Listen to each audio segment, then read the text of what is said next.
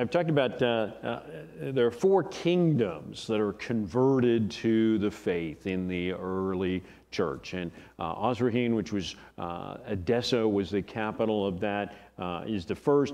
That's where the king was converted. Armenia is the first place where not only is the king and the royal family converted, but Christianity becomes the official religion of Armenia, and is to this day. And so the Armenian church makes some claims to be the oldest existing church today, because the Armenian church traces itself back to the 2nd century in an unbroken set of service in Armenia.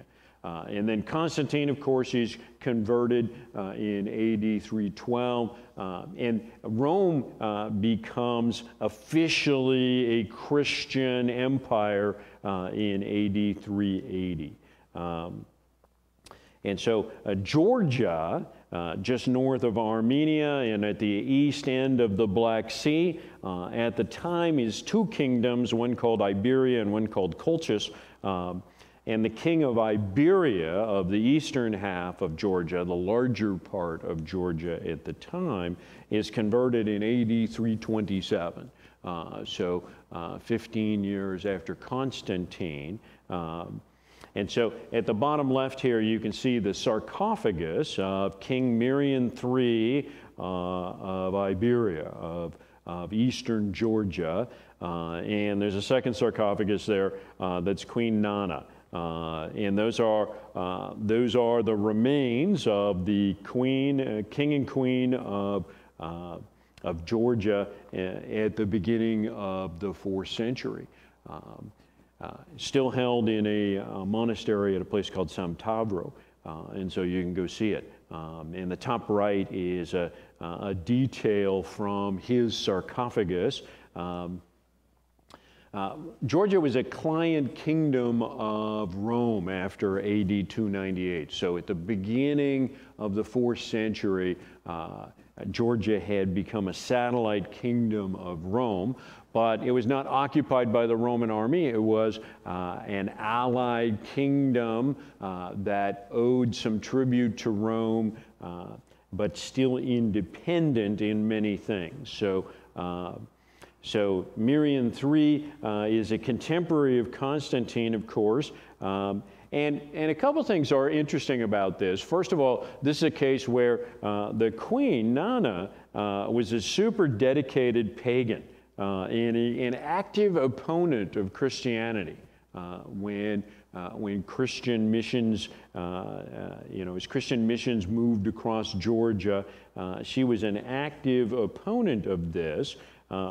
And she fell into a grave illness and was converted out of that experience. And so the queen was converted first, and then the king came to faith, and the king made Georgia officially a Christian nation, which it remains officially to this day. And so the queen is converted first, and this leads to the conversion of the king and leads to Georgia becoming a Christian nation. The second thing that's really interesting is that the missionary who converted the queen was female. And so we have an example here, was female and apparently unmarried, of a woman who is not from Georgia, who is the first known active female missionary, who went from Cappadocia, where the tradition says she was the daughter of a very senior Roman figure, a general or something. The tradition always makes wants to create a better story. So it's hard to know whether that's true. But she came from Cappadocia in the eastern part of what is now Turkey and found her way to Georgia as a traveling missionary and maybe kind of a nurse. She apparently had some kind of medical training or medical interest and cared for people. And so, for some reason, Nino, the female missionary from Cappadocia, came to Georgia maybe as a captive. She may not have traveled there on her own. She may have become enslaved at some point and was sold into the royal household of Georgia. In any case, she ended up serving in the household of the king and queen of Georgia.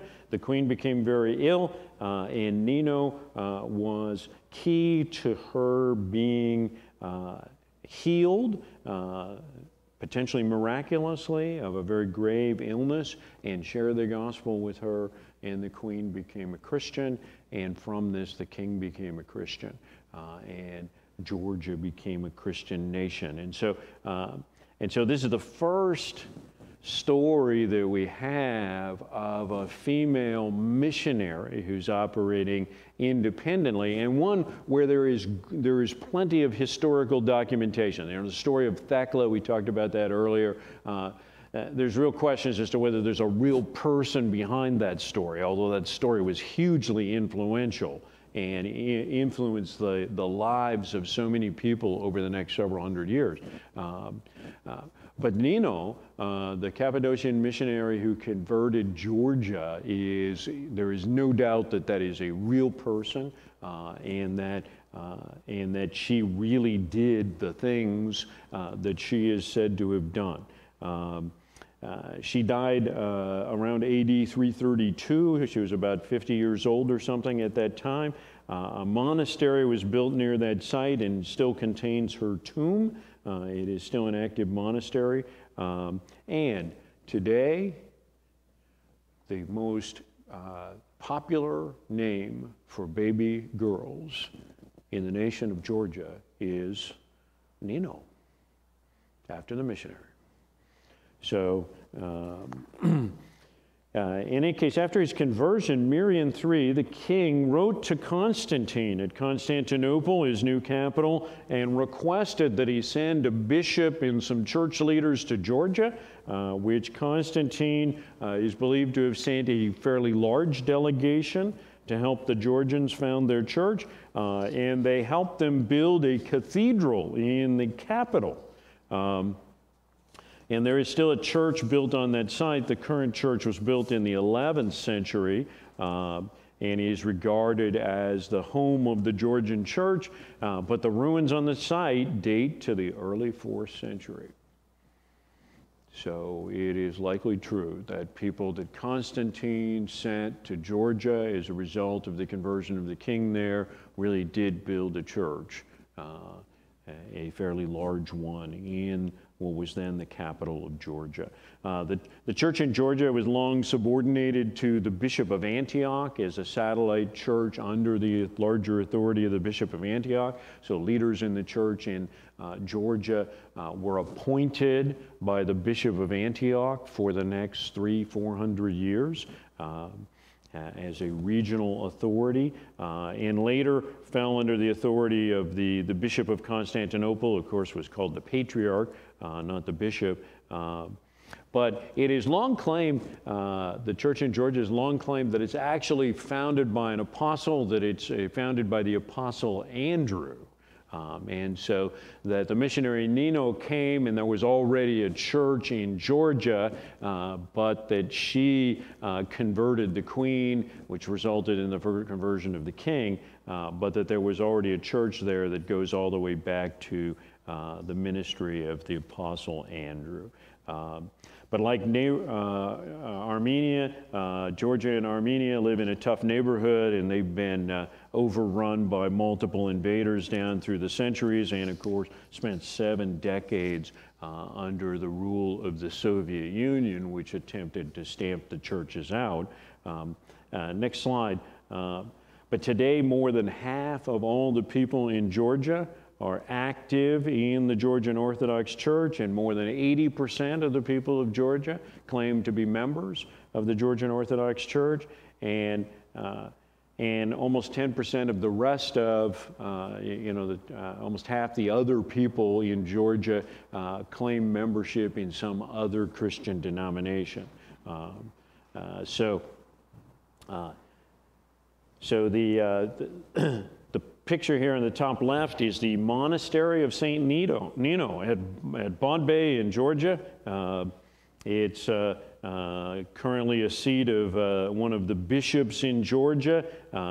The current monastery was originally built in the 9th century. So there is a report that sometime in the 4th century a monastery was built in honor of Nino and her work. But this one was originally built in the 9th century, and a lot of it was redone in the 17th century. The Soviet Union, of course, closed it up and used it as a hospital, but it was reestablished as soon as the Soviet Union broke up around 1990. And now there's a nunnery there, and it's one of the major pilgrimage sites in Georgia. And they hold relics of Nino the Evangelist. And missionary there. At the bottom right is the, my Georgian is not good, the Svevitsko-Sholevi Cathedral, which is literally the Cathedral of the Living Pillar. And it's located in the historic capital of Georgia.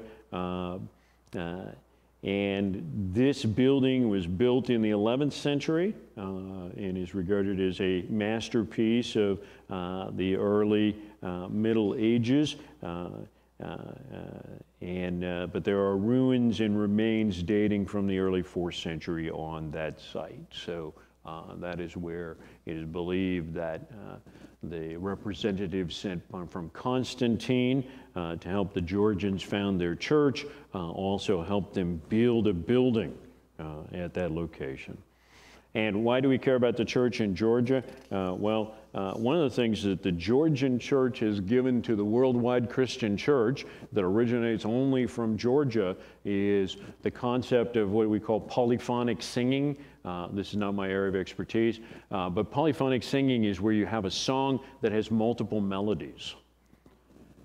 That the different melodies interweave and work together. And that is something that comes.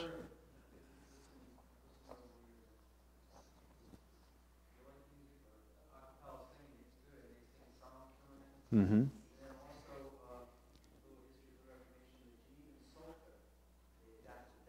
Yeah.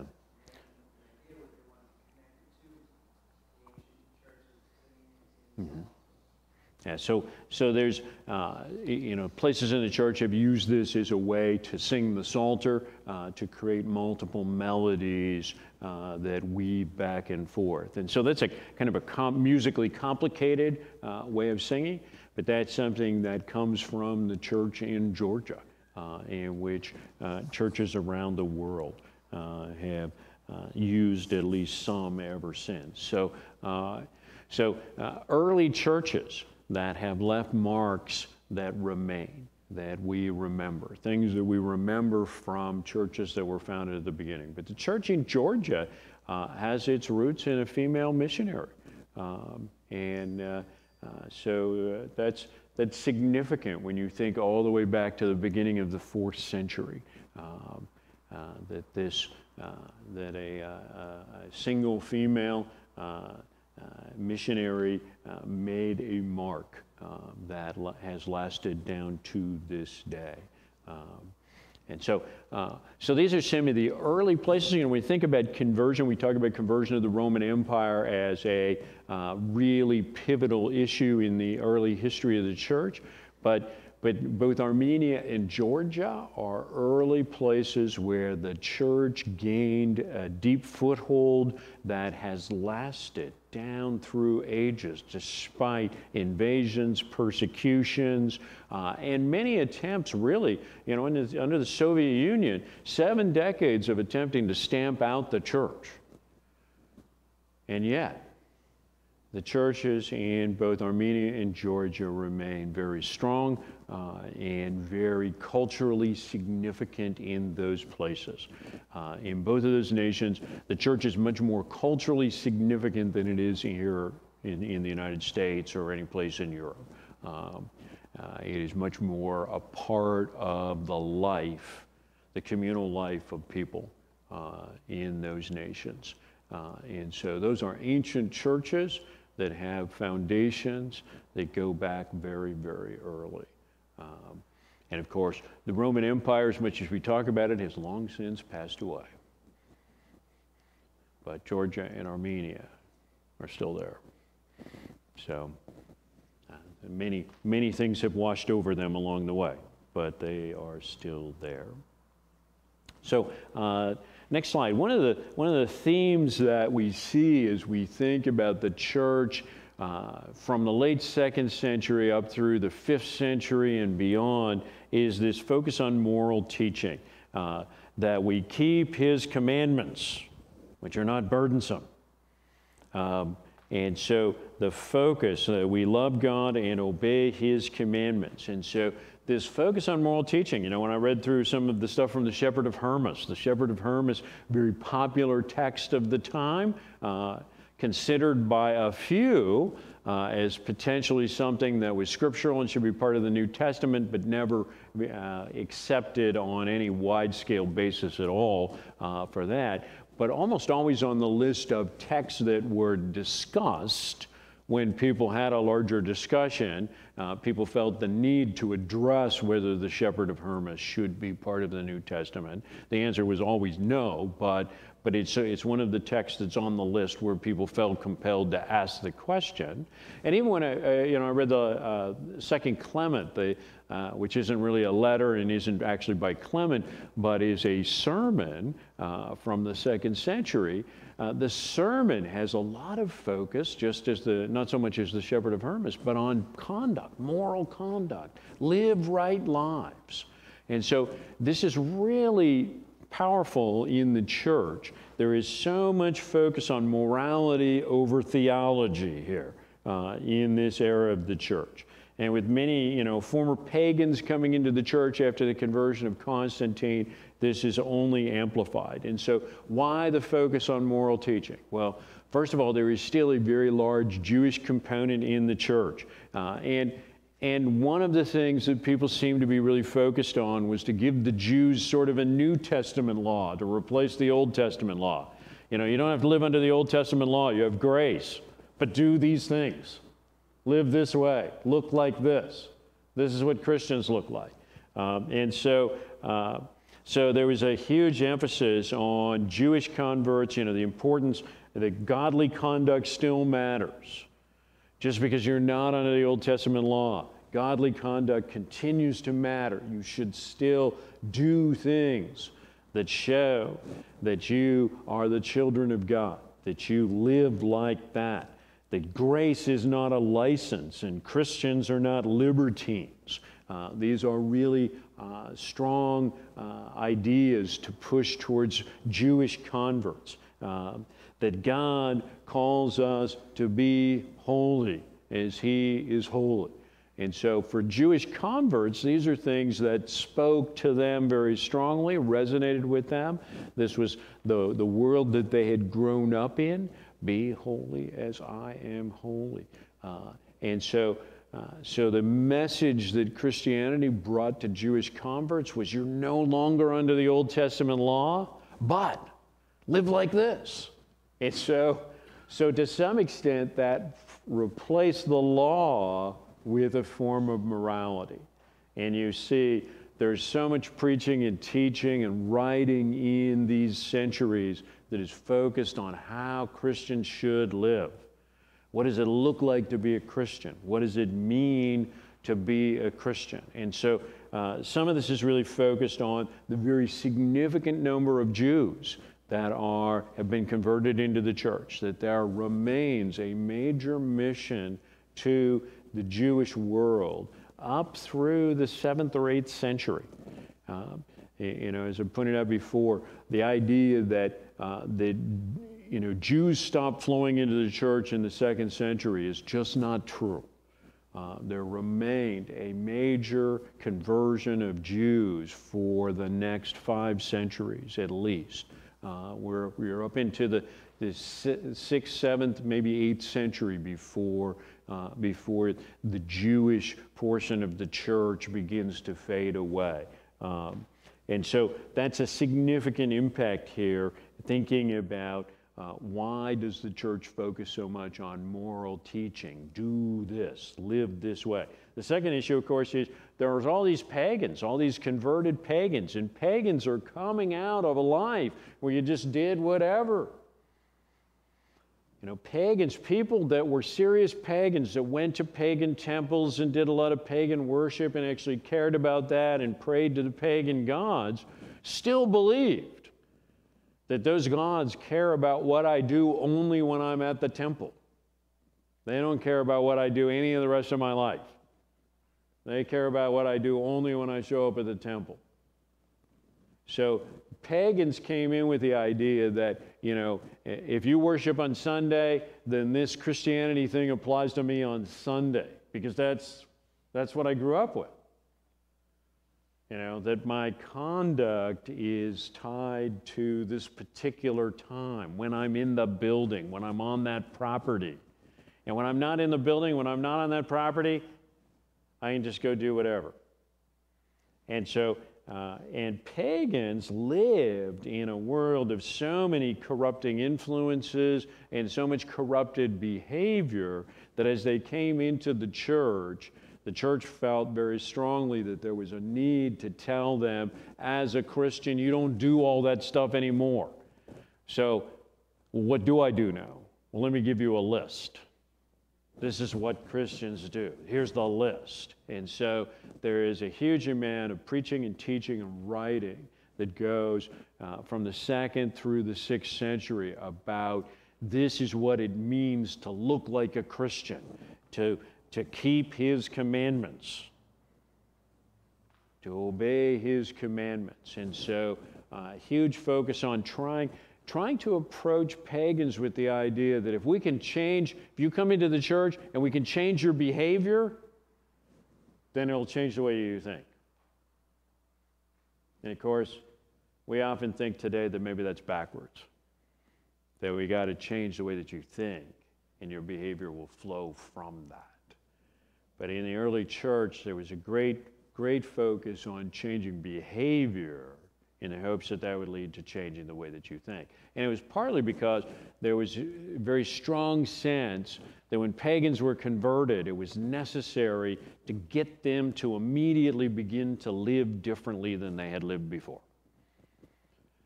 That conversion needed to align with different behavior and different living, so that it would be a direct testimony to people in the community.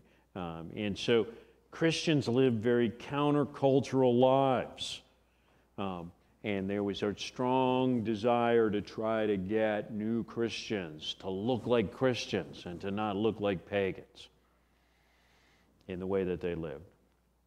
So, and so this, you know, the idea that if you live like Christians now, you'll understand the full gospel later, in the years to come. You'll pick it up. And so this became a problem for the church, but this is a thing that, you know, this idea that if we can transform your behavior, it'll lead to new thinking, it'll lead to true belief, it'll lead to deeper understanding later, is a thing that we see as a very fundamental part of the approach of the church over the next 1,000 years. And so this focus on moral teaching comes from these foundations. But we're going to see that this perspective remains with the church for 1,200, probably another 1,200 years at least. And it's a thing that we still grapple with this, right?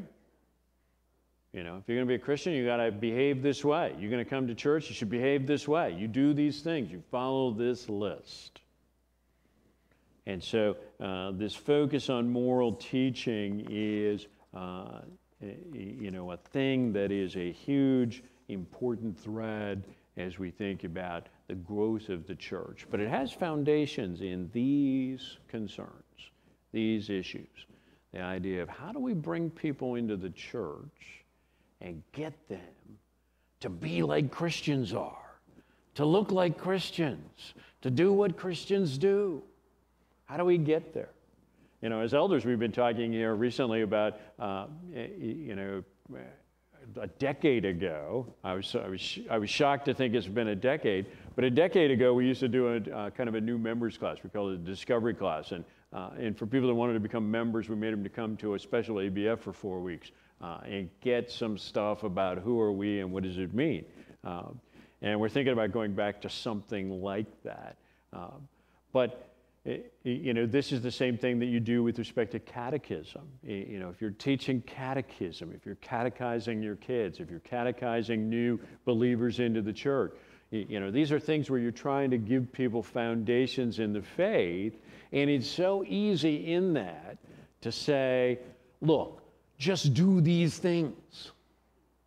Because an awful lot of the people coming into the church are like, could you just give me a list? I understand. I heard all the stuff you said about, be gracious to all and love one another. But what do you want me to do? Can you give me a specific list? And so the church has been drawn in so much down through the ages of, this is the list of things you should do. These are the behaviors. Do these things. Don't do these things. And so, creating a new law is part of our challenge. And so, as we still grapple with the issue of how then shall we live? What makes us look different? What makes us look like Christians? They will know we are Christians by our, okay? Except we often think they will know we are Christians by our behavior, right? By our adherence to a list of things. So, and this is a challenge, right? Because they know we're Christians by our love, great, but what does that look like? What do I do? How do I live that out? And when new people come into the church, what am I telling them about what does this look like? How does this mean? And so these are questions that are really still with us. But by the beginning of the 4th century, the church had, in general, moved to a position of let's get people to behave in moral ways as a starting point. And that's created some challenges for us down through the ages ever since. So next slide. We talked a little bit before Constantine. Constantine, as the emperor, called the Council of Nicaea in AD 325. And it was the first great council of the church since the Council of Jerusalem in AD 50.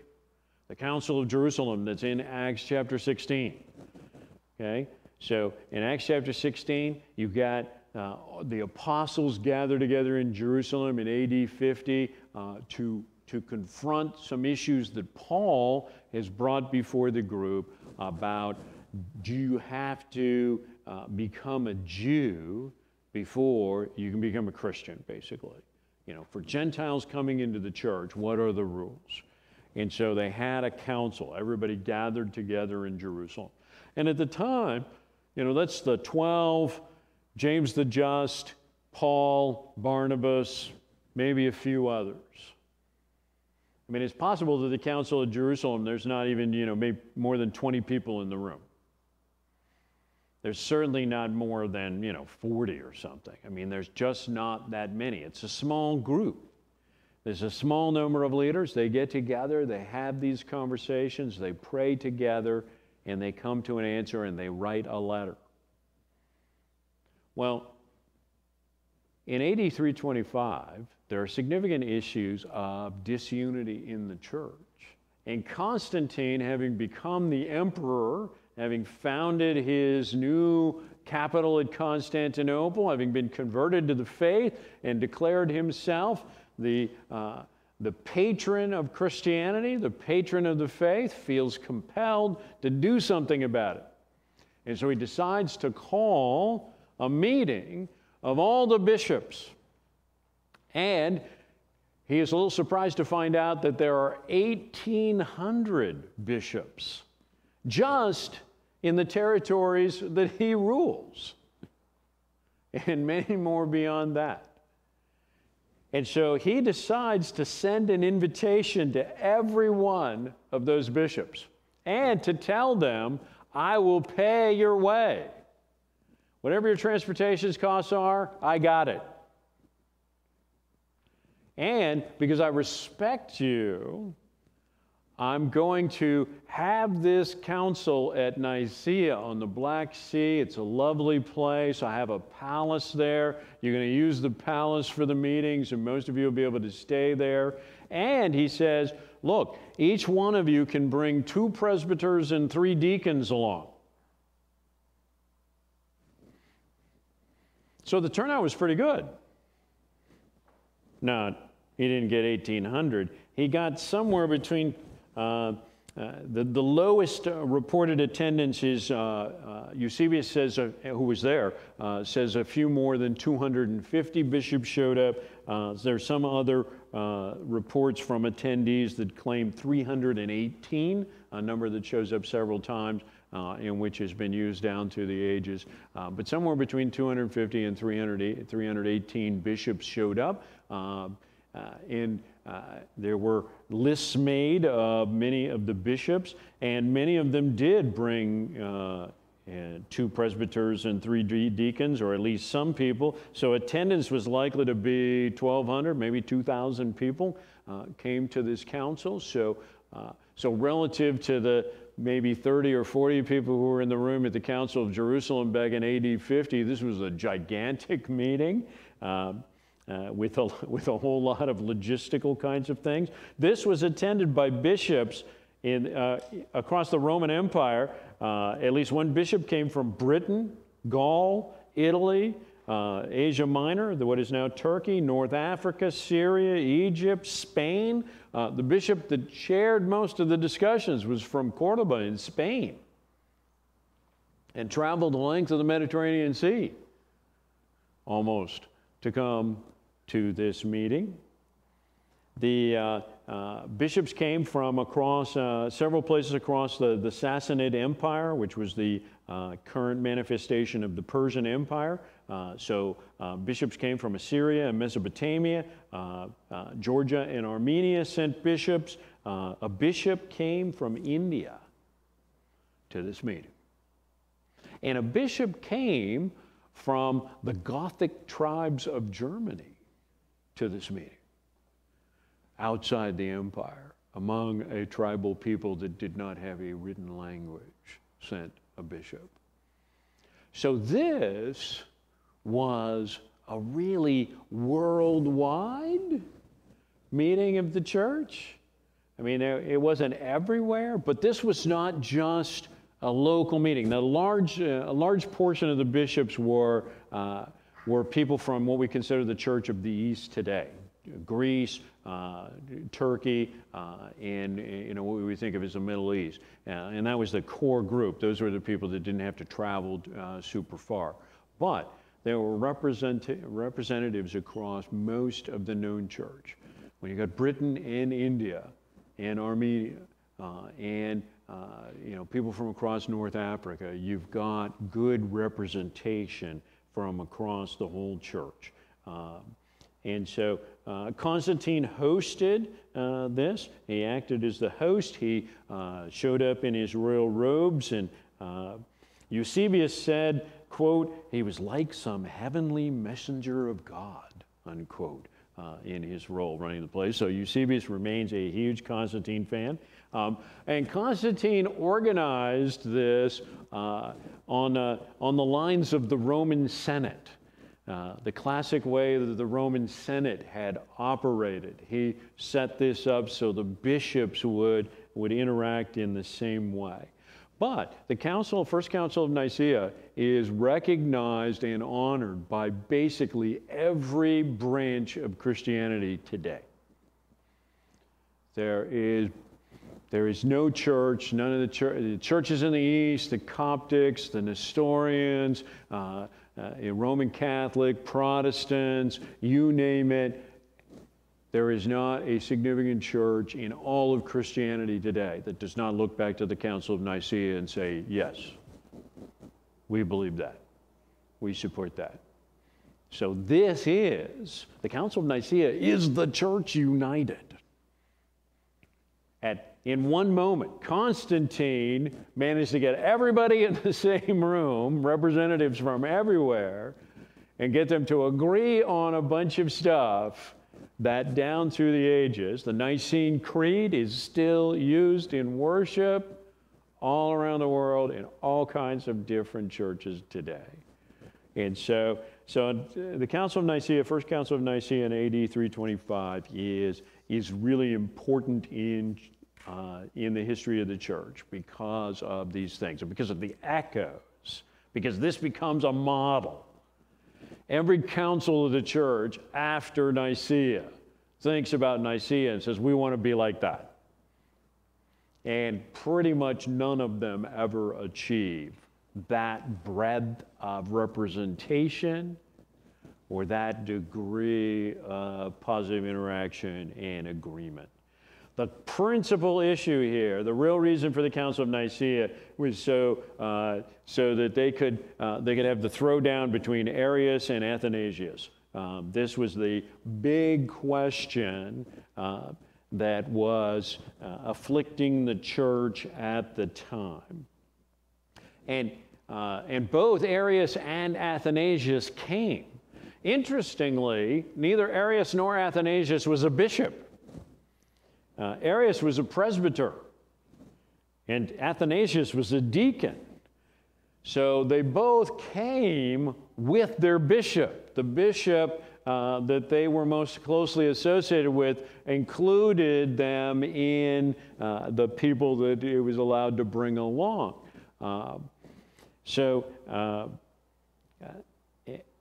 Arius, as a presbyter, had taken the position and argued very strongly. He was apparently a powerful speaker, and he had great support across what is now Libya in North Africa. That was kind of a big base of support for him. But there were a number of the bishops in the church in the East that were significant supporters of Arius and his position. And his position fundamentally was that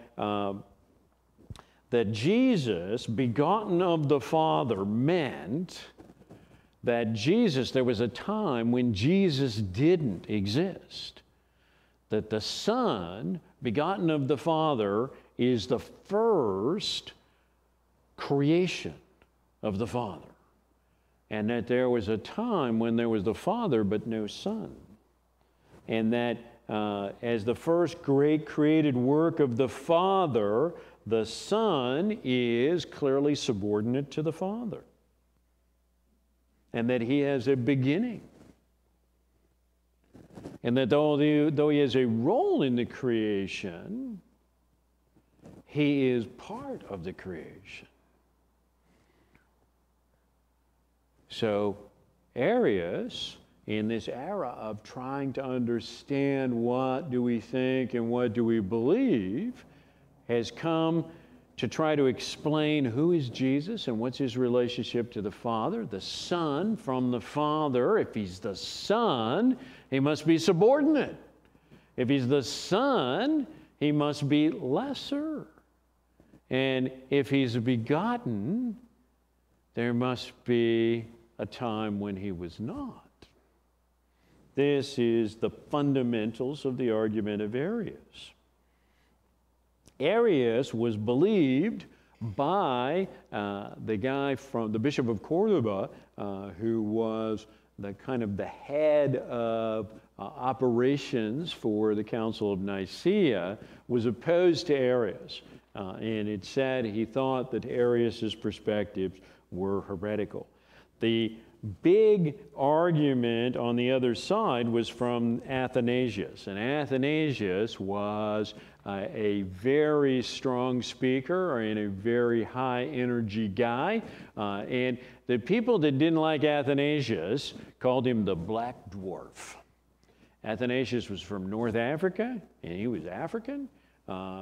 And he wasn't very tall, even for that era.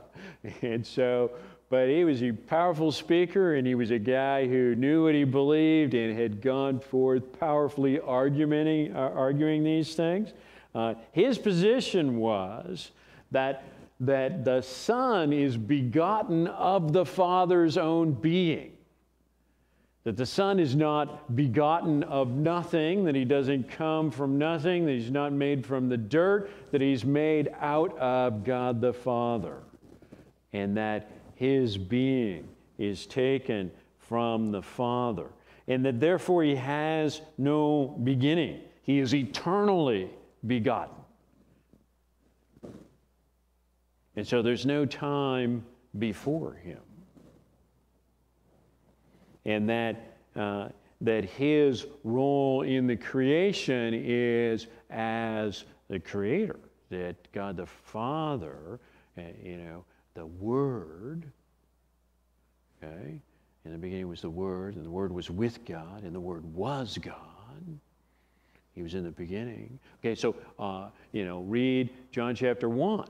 And so Athanasius was, look, John chapter 1 gives us the map for understanding the relationship between the Father and the Son, and the map for understanding who is the Father and who is the Son and what does this mean. So this was the great argument that was going on. So Arius' argument was that the Father and the Son are one in purpose, but not one in being. And Athanasius' argument was that they are one in purpose and one in being.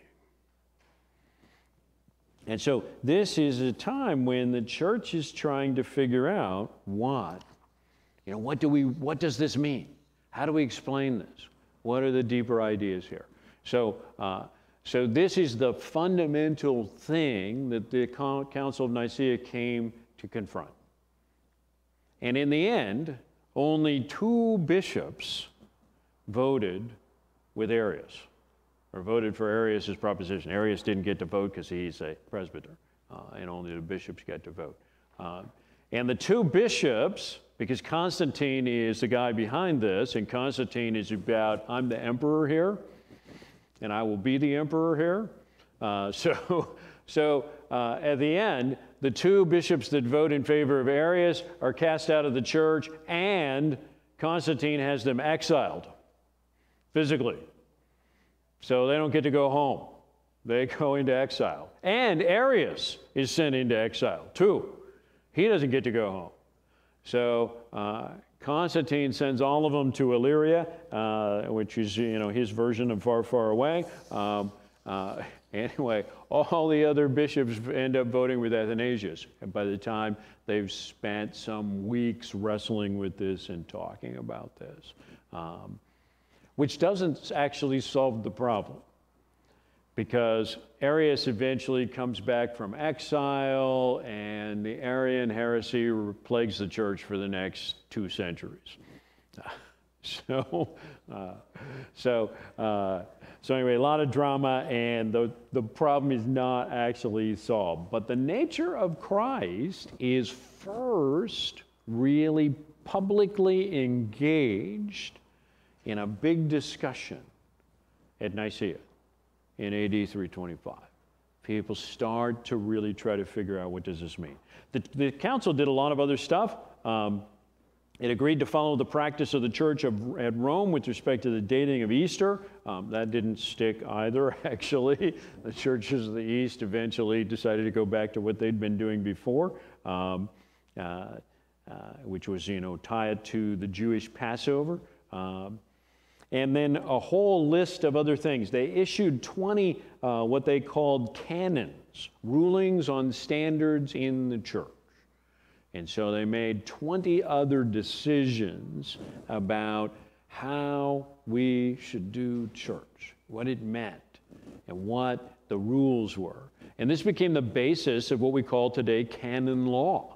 Okay, and Canon Law is something that, particularly in the Roman Catholic Church, but also in the Orthodox churches of the East, is a big deal. We don't pay nearly as much attention to this in the Protestant tradition. But Canon Law is the idea that decisions have been made down through the ages in the church, and they found the basis for how we do things and what we do.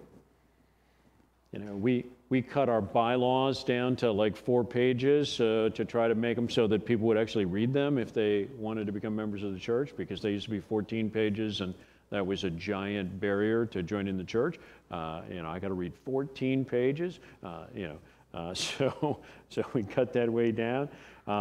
But here's some of the things that they decided.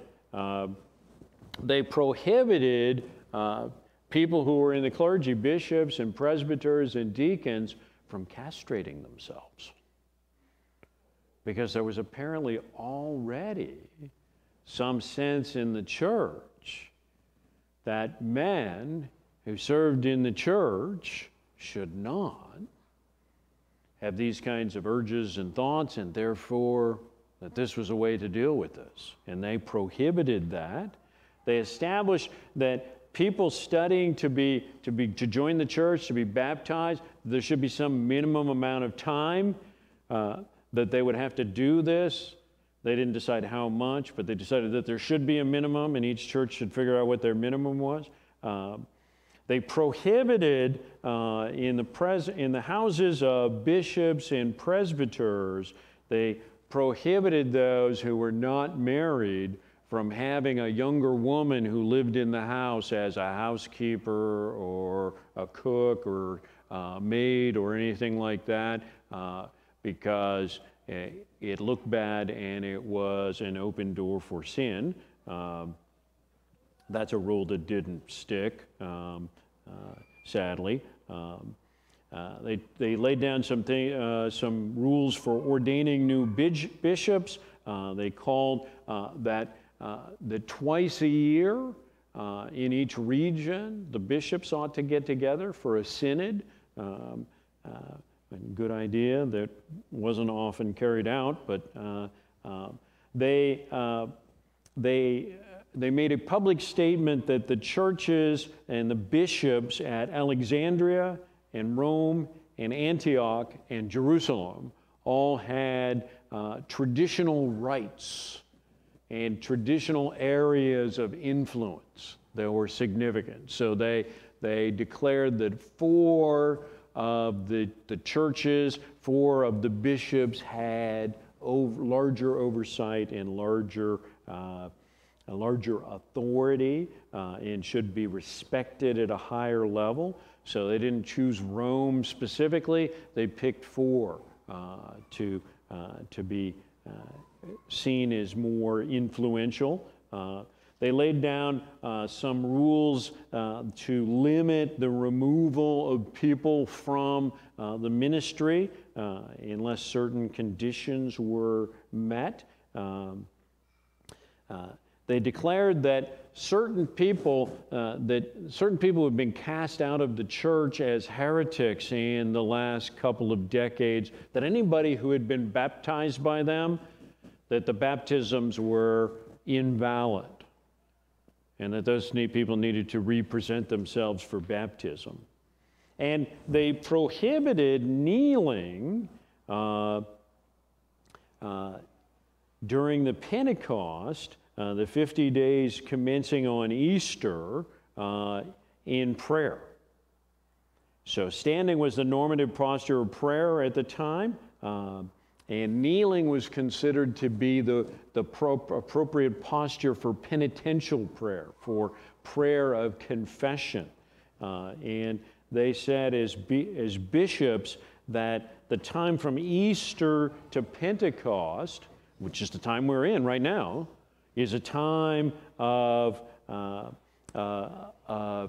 celebration, and that therefore we should stand and rejoice, and we should pray standing up at this time of the year and not kneel in prayer at this time of the year.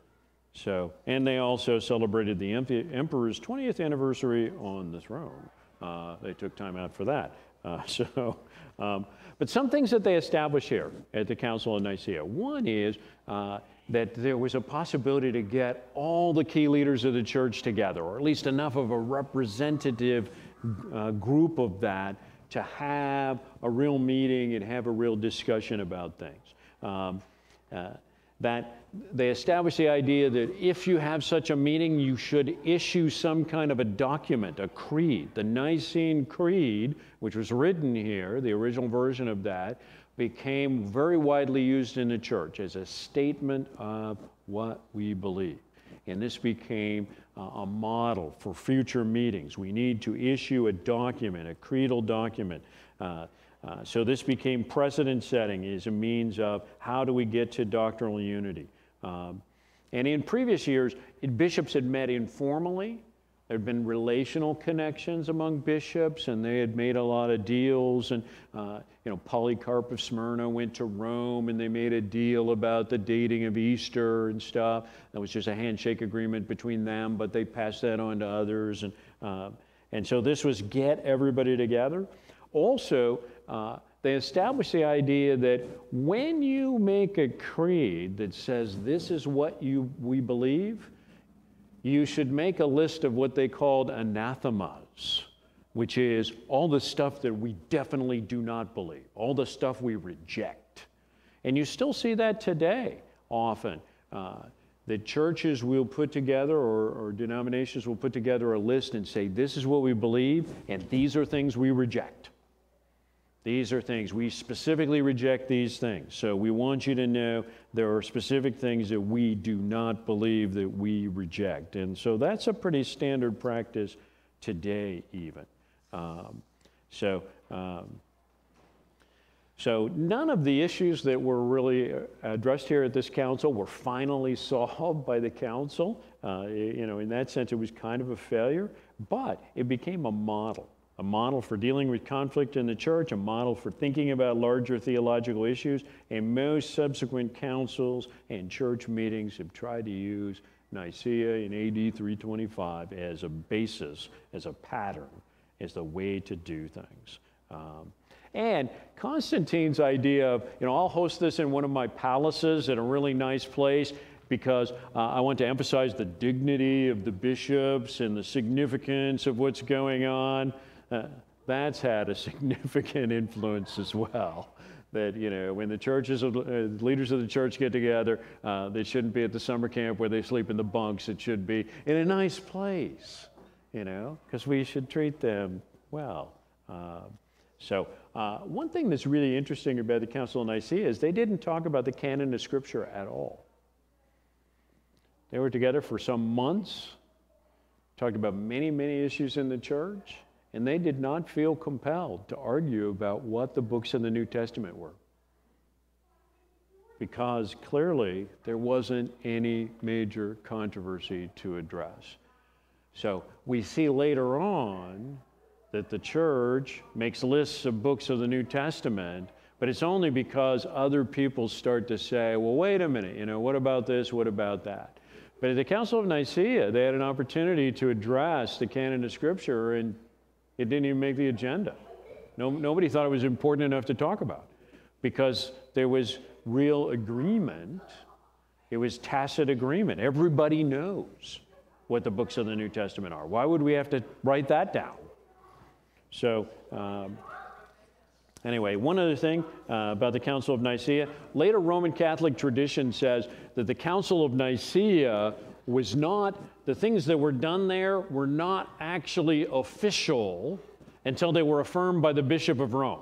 The Bishop of Rome was not there. The Bishop of Rome at the time was elderly and declined to travel to Nicaea. So the Bishop of Rome sent some representatives, but was not there. The Roman Catholic argument since then has been that the Council of Nicaea's, all of its decisions did not become official until they were later affirmed by the Bishop of Rome. And that's not true. The Bishop of Rome never affirmed the Council of Nicaea of AD 325. And nobody there ever thought that, well, the Bishop of Rome's not here and we better check in with him. That wasn't true. So anyway, Nicaea AD 325, some very significant things in terms of thinking about how do we be a worldwide church. So, and the big throwdown between Arius and Athanasius. Two guys who were both from Africa, by the way. So Arius is from Libya, and Athanasius is from southern Egypt. But major figures in the thinking of the church at this time.